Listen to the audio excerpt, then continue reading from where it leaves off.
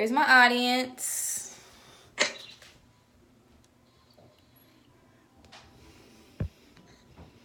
Let's get started.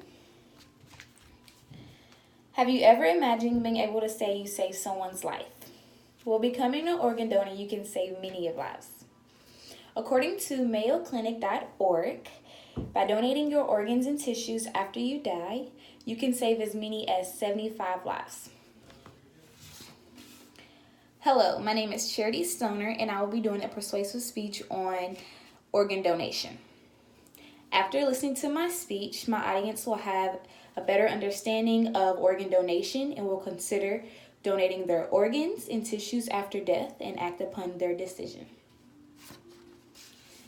The need for organs is constantly growing.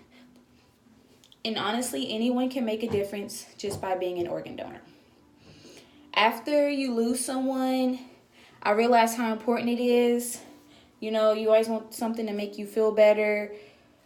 So I learned that you can always think of the positive, and just by donating your organs and being an organ donor, that can, be off to a great start and make something feel a little bit better, like you're doing something proactive. If you appreciate helping others as much as I do, I love helping people. I'm actually an organ donor myself.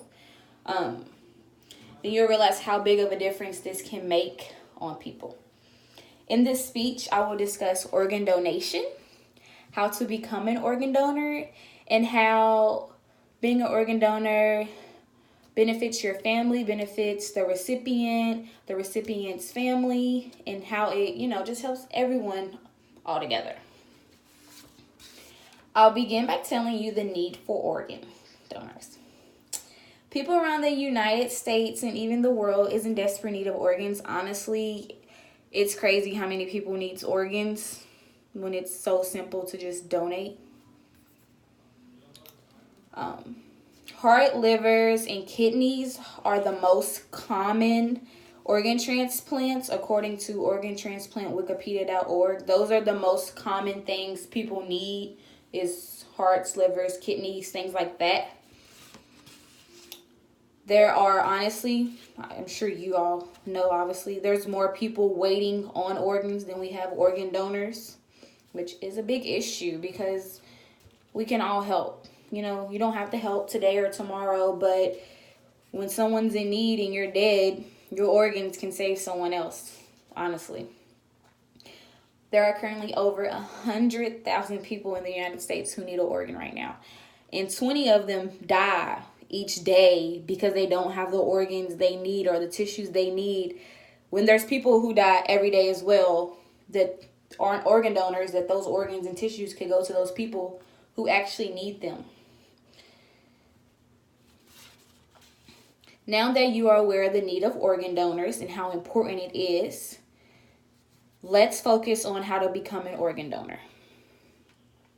It's so easy to become an organ donor, but first things first, you always want to discuss these things with your family, your spouse, your loved ones, anything like that. You don't want to just, I'm an organ donor. Nobody knows you're an organ donor, unless it's on your license, of course, but your family should be aware.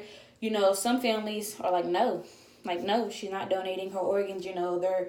They don't like it. So you need to sit down and explain to them why you're doing it. You need to let them have a better understanding. But at the end of the day, it is your decision. You can become an organ donor. Actually, you can register online at organdonor.gov, and also at your local DMV when you get your license renewed, they have like a little checkbox in regards to if you want to be an organ donor. So if that's checked, it will be on your license. You don't necessarily have to go to the DMV, like I said, you can do it online, but if it's on your license and emergency was to happen, hypothetically, I got in a car accident today and I was pronounced dead. Hey, we have a heart and a liver for this 5-year-old little girl who has 2 weeks to live. Because you're an organ donor, they can see that. They don't have to wait on your family because your license states permission for them to go ahead and proceed. That's what I have, honestly. So you can see it's not difficult in becoming an organ donor. Now we can talk about the benefits for your family and for your recipients and things like that and how it would help them. So organ donation benefits both your family and recipients and their family as well. Believe it or not, according to all.org, donating organs and tissues after a death can bring a sense of peace. Because, we all hear those stories. I've been waiting on the liver for 2 years, things like that.